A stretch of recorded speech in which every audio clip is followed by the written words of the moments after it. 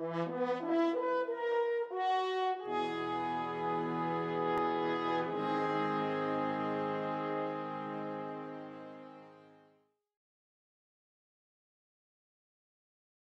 know that if you take all this effort to get into a festival, you think, I won, I'm in the festival. But then you have a responsibility and a job in some way.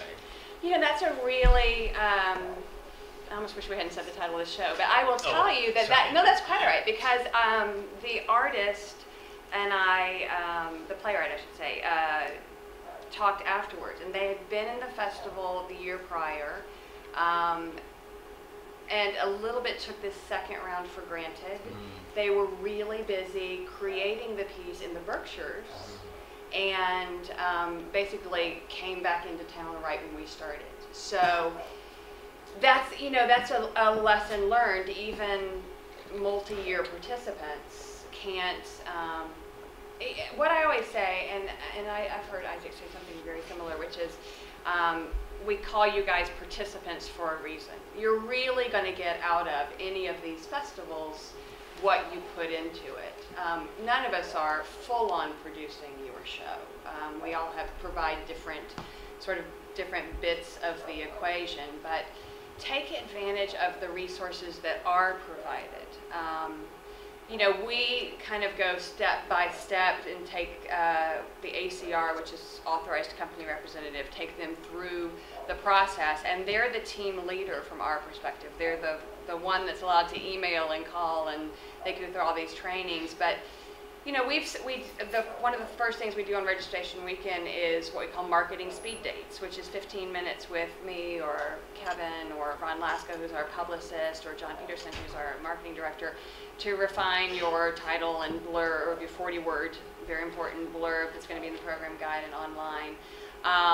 And then we put people into marketing groups and those kind of things. And if you really participate in those kinds of things, you'll see, because we've been doing this for a while.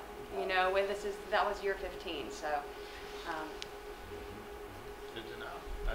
In terms of what people can expect from the festival, in terms of support, and what you expect. I mean, we are as active as we can be with all of the shows, but we're not, as Elena said, we're not, ultimately, our responsibility is to produce the festival and to promote the festival and as many cross sections of the festival as we possibly can, with the idea that, you know, a rising tide lifts all ships.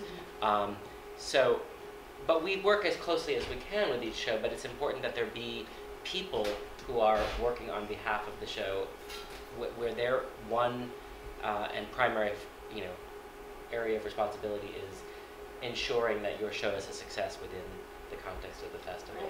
Right. And that, you know, I think that promotion is a huge part of that, especially when, I'm sure with solo shows as much as anything, where it's driven by an artist who is focused on the creation of a piece.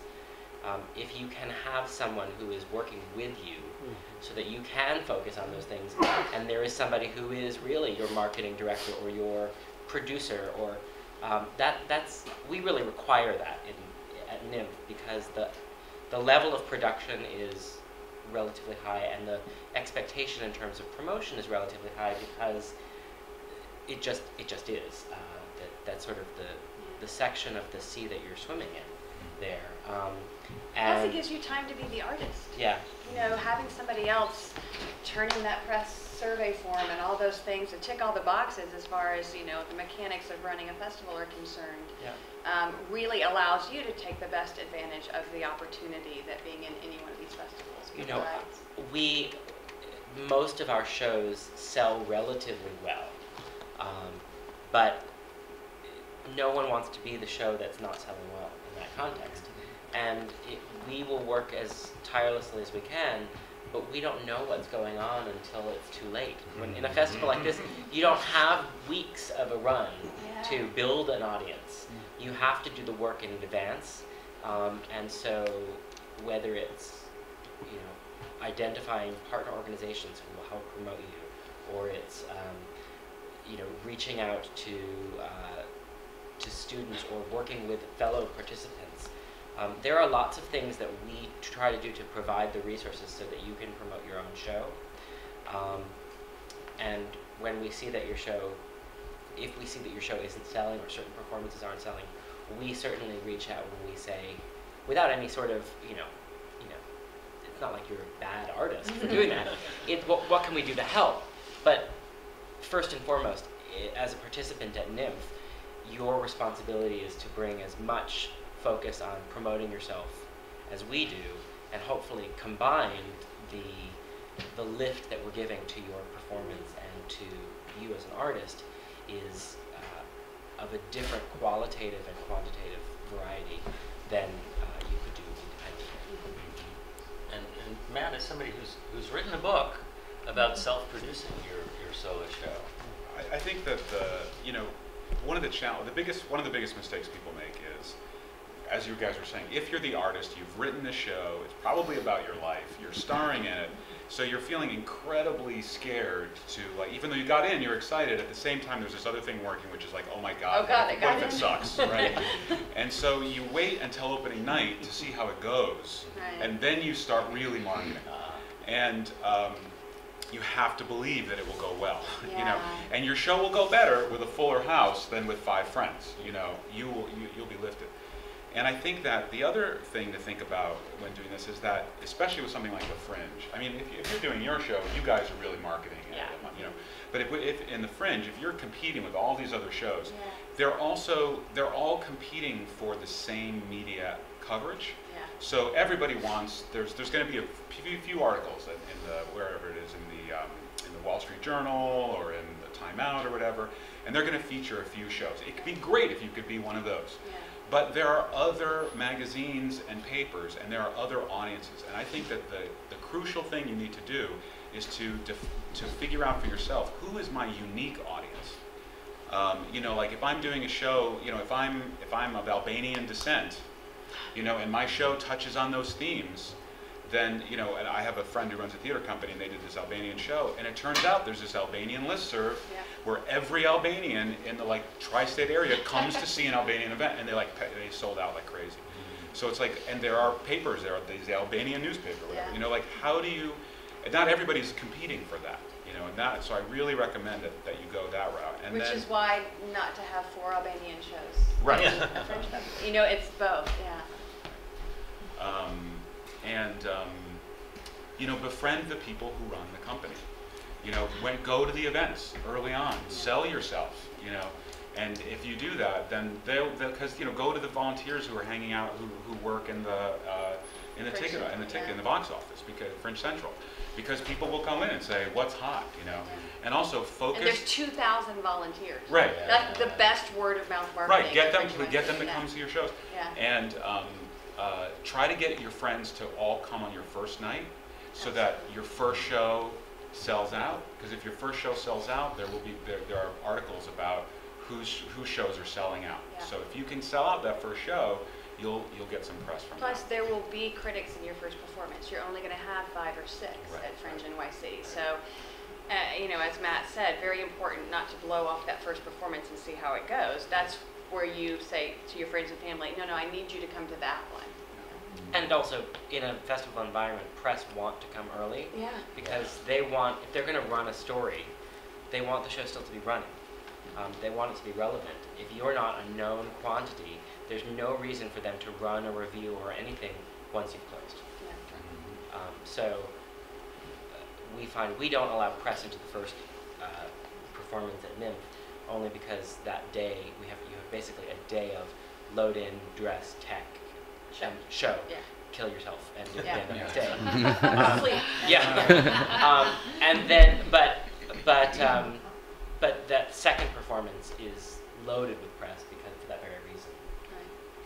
And then finally, those are awesome things happen. And then also cross market. When you're doing a solo show, it's even unlike, when I did my show in the Fringe, I had 10 people in the cast. So that helps get an audience in.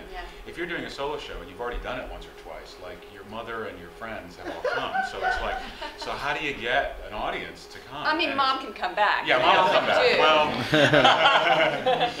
depends on the show. Depends on the show. Meet the other people at these events and cross market. Your program is free. I mean, it's like whatever it is, 3 cents to print it up. Be in each other's programs. Make a little announcement at the end of your show. Go see these other great solo shows. Yeah. And you'll get the audience who have already come to a Fringe show to go see something else. Right. If you like this, go see Joe's show. It's great. So.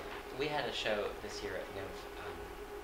We had a couple of actually solo shows, one of which didn't happen because the artist got very sick. But we had a show that was, I think there were 2 actors in the show. It is a huge challenge with a smaller show, a smaller group of people working on a show, to promote yourself against these behemoth, casts of, everyone wants to see the big show. Yeah. There's actually an article in the Wall Street Journal about promoting yourself at NYMF that was run this year, and it set aside, they looked at 3 different groups, and one of them was this magic show, basically. It was a magician who has an assistant, so it was by and large this one magician. And how could he promote himself in the context of this festival? And he created YouTube videos to promote himself. He actually created a whole campaign to get Sutton Foster to be his date to our opening night. There are all sorts of things that you can do, but what ultimately was successful were the things that were actually more organically tied to what the show was. So outreach to other magic things in the city.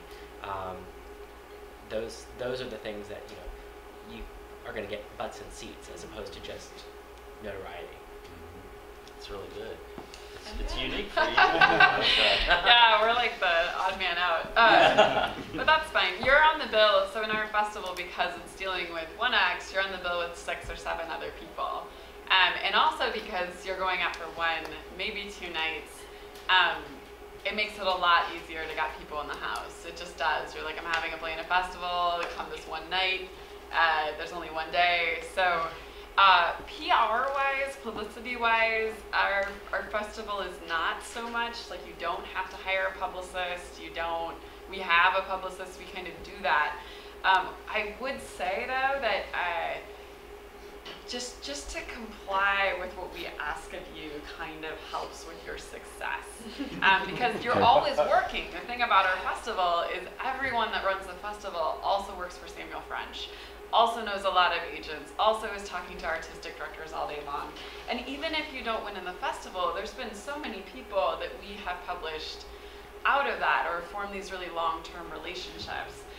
And a lot of that is like us getting to know you, and like, not that you have to, comply with what we ask, but being cooperative and forming this kind of relationship where it's going to be a long-term relationship. We say, hey, we really need an image for your piece. We're going to put this on our press releases.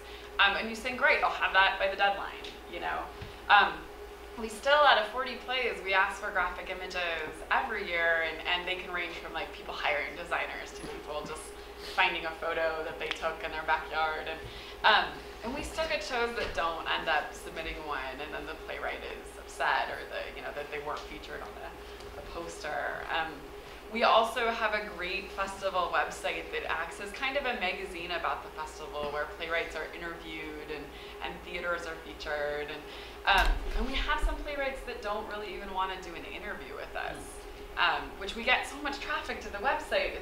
It's kind of mind-boggling that this is a real opportunity to talk about your work and talk about this is the place to pitch why the play is important, and why now, and who you are as a writer, and so I think all those opportunities, all these like events that festivals have, these like interview opportunities, these just to participate in them. I think one of the most common things with Sam French is, because it's a short play festival, people do multiple festivals in the year, and we kind of get thrown to the, like, we're just short plays, someone else will bring it for them, they don't even have to be there really, and just even, if that's the case, great, but even to send us a note, a letter, and to keep in touch, we love that. We're all about like building families, so